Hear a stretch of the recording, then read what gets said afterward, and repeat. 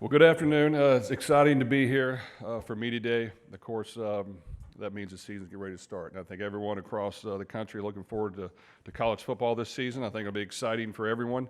I know our team is looking forward to the challenges ahead. We've got a great challenging schedule that we're looking forward to playing.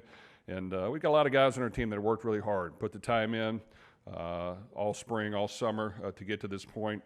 We got a great collection of young men that guys on our team last year, additions that we've had through the transfer portal, additions through the high school recruiting are all here. They're working hard, and I think at this point we've gelled together very well. We feel like we've got very good components that understand what lies ahead and what it's going to take to win. So for the last couple of years here at the University of Louisville, we've had some success. We want to continue to improve upon that and push it forward. Correct some of the mistakes we made along the way and have a successful season. But we got a lot of hungry young players that really want to excel and play well. We're looking forward to getting things started. Coach, thank you. Your first question to your left, third row, right there in the middle of the aisle. Chris Powell, Couch Coach Lab. How you doing, Coach? Good. How do you balance developing talent versus leaning into the transfer portal? Well, player development's the number one thing we're going to work on doing, and that's whether we get young high school prospects or even transfers. We still got to develop and make them the best players they can be. So, our team will consist of both. We want young players that you believe in from the high school ranks that fit and come in and work hard, and you hope they get on the field as fast as they can. But if not, you got to continue to work with them and understand that it's a process. Sometimes it takes a little bit of time. But if you spend the right time with your players and you invest in them, you'll get the most out of them. When it comes to transfers, whatever's going to make our team better. I think if you ask our good players on our football team every year, they're going to want more and more of the best players you can to help them succeed and play well and win football games. And I think even when you get those guys in, you got to continue to develop their talent and sharpen some things along the way and study film and put a lot of work in to help them succeed. So our team will consist of both, and whatever we think we got to do at the end of the year to improve and get better, we'll do that. And we don't have a number on a figure on it, but we will work hard to make sure that we analyze every position and do the best job we can to put the best product on the field. Coach, right side, fifth row, gentleman in the white shirt. Brandon Pockers with the league winners. Kind of similar to that question. I want to ask you, what goes into how you target players for your program, whether it be in the portal or in your high school recruiting classes? And specifically relating to 2025, what players from this recruitment class have stood out to you so far? Well, your first question, I don't think it's an exact science. You believe in what you think makes up a great football player and how it can help your team win. And without question, between myself and our recruiting staff and our coaches, we analyze as many guys as we can and make sure that if we find some and they want to be a part of our program and we think it fits, we're going to go full speed ahead. And that's going to continue every year. And you got to build relationships. You got to spend the time in to making sure that gets done. In football, there are a lot of players on a team, so you got to really get to know a lot of young men, and that requires a lot of time and a lot of effort to get done. But it's part of the process. We enjoy doing it. It's fun to get a chance to know players from all over and their families, and hope that it's a good fit. When it comes to players on our team, we got a whole handful of players that we really think can do well. We've got 4 young men with us here today, and Miller Moss, our quarterback, Chris Bell, our receiver, and TJ Quinn, one of our linebackers on defense, and Antonio Watts, one of our outside linebackers / nickel defenders. And all 4 will be outstanding players for us. They're great leaders. They're really good teammates. They worked really hard. 3 of the 4 have been with us the entire time and really want to win, and they want to make this year very successful and are committed to getting that done. And I think they'll lead by example first, and then when they need to be vocal, they'll do that. And, of course, Miller is a quarterback we brought in that we feel great about. He's got a ton of experience. He's played a lot of football. He wants to go out with a bang as well and have a great last year, and we want to help him do that. So all 4 young men are representing our football team. They understand it'll take everyone on the roster to get it done, and everyone will play a role, but these guys will set the tone. Coach, left side, third row, all the way towards the wall. Katrina Sackins, Sports and Culture Media. Coach, how are you? Good. Good. You've been dubbed by many as the quarterback whisperer of college football. What is it about your coaching style that allows you to mold guys into such quality talent? Well, I think that playing the position was important. I've been able to do that a little bit, coaching the position for a long time, being around a lot of great players and coaches along the way. Really, football has been my life ever since I was a young boy. So you just learn things along the way, and I think in order to win at a high level, a lot of things have to take place, but you have to have great quarterback play, and it's important that that's a big component of winning football games. So for us, we have a process. We want guys that want to work hard and want to be a leader and play at a high level. Every one of them has different talents, and I think we're able to adapt maybe as well as anybody to what they do well and have a system that allows us to succeed at the things that they're really good at.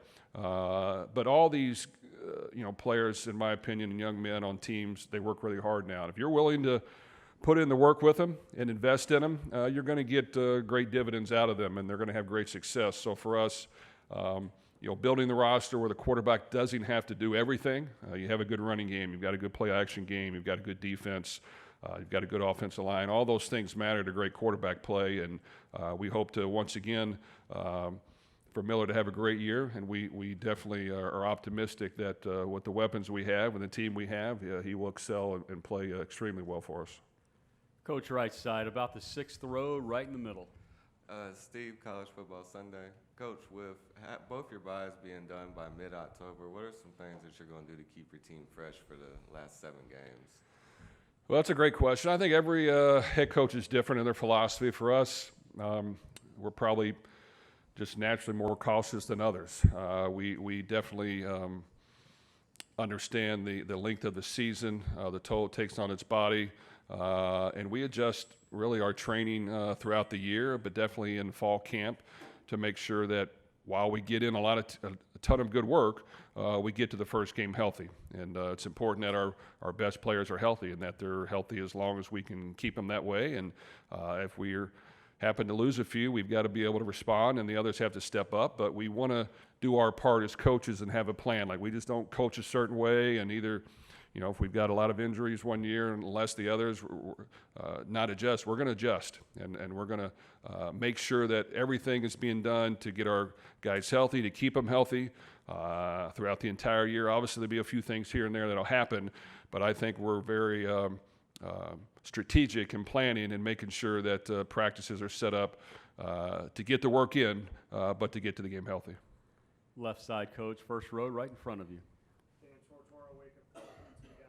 Coach, obviously playing at Louisville from '89 to '93 at the quarterback position, you know what the culture was like back then, and you know the culture that you have now. What are some of those parallels that you wanted to include from your time there, what you thought was most valuable about being at Louisville as a student athlete? What are some of those pieces that you brought into your own program here at Louisville? Well, there are a lot of things. I think I was fortunate enough to play at the University of Louisville when Howard Schnellenberger was our coach. I believe in a lot of things that he's believed in and taught. One of them was we took on all challenges. We played all the tough teams we could. We believed in a tough schedule, and we knew that was going to make us better in the long run. And we also probably knew that players wanted to play those games, coaches wanted to coach them, and fans wanted to see it. So that's our scheduling philosophy as much as we can. We're going to try to play as many good teams as we can every year. We've tried to schedule teams here in the past and haven't been as successful getting it done to keep improving our schedule, but it's important that, in my opinion, that you play the best, to be the best, and that our guys enjoy doing that. And it's important that our guys work hard every week and not take one team lightly. But it is fun when you play quality football teams and you put it all out there on the field and you find a way to win and you win some special games. Beating Notre Dame at home 2 years ago, beating Clemson this past year were good wins for our program. And we just got to continue to build on that and find ways to win as many as we can and see if we can get to the prize at the end. Coach, right side, fourth row, hard right. Billy Embody on theponyexpress.com. Coach, you played SMU their first year in the ACC last year. The film you had was mostly, against AAC teams. With the full slate of ACC season underneath them, How does that change your preparation or how you maybe assess the film and things like that going into facing them in year two? Kind of similar with Cal and Stanford as well. Well, SMU stepped in. They did a great job. My hat's off to them. They played some really good football. They came in ready to go. I thought their coaches coached extremely well. They put a great plan together, and they found a way to get to the ACC championship game. So credit to them. Of course, all of us are trying to get there as well. So, you study them as much as you can, and you find ways to improve and what can we do to find a way to win the game. But, those guys did a great job, and they brought a lot of value to the league, and I think they'll be really good as well this year. Of course, Cal and Stanford are great programs as well. We lost to Stanford last year out there. All those teams are capable of playing really good football, and they've got really good coaches, good players. They're great programs with a lot of history, and I think that this is a competitive league from top to bottom, and you've got to come ready to play. And those three teams have done a good job of coming into this league ready to go. Left side, second row. Hey, Coach, Steve Reed from the Associated Press. Kind of a philosophical recruiting question. I guess when you're recruiting a quarterback out of high school, you're like, come on in, develop, and you got a chance to play. But when you're going after a quarterback in the portal, most of those top guys have played. They've started. They want to come somewhere where they can start.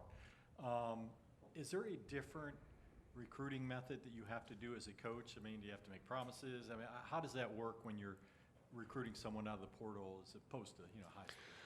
Well, it's a great question. I know for us, I can't speak for others, but I think it's important to paint a picture for all your recruits coming in, especially transfers, but even freshmen, of how you think this is going to play out, and give them an exact plan of what they want to hear as far as getting on the field. How can we help you get better? When do we see that taking place?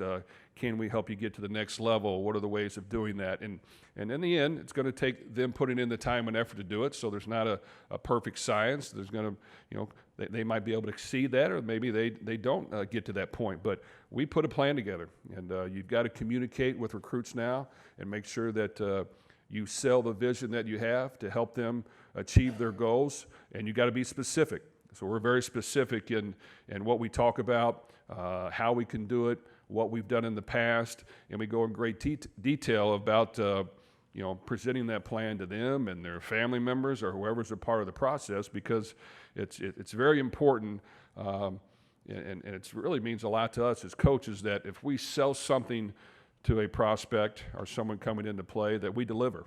And it means a lot to us, and we don't want to let anyone down, and we want to make sure that even the next ones that come forward, that we have some proven products and some proven things that have happened to show them that, hey, when we say something, this isn't to try to get you to come play for us. This is to come through on what we feel like we can do for you, and to deliver, and to make sure they achieve their goals.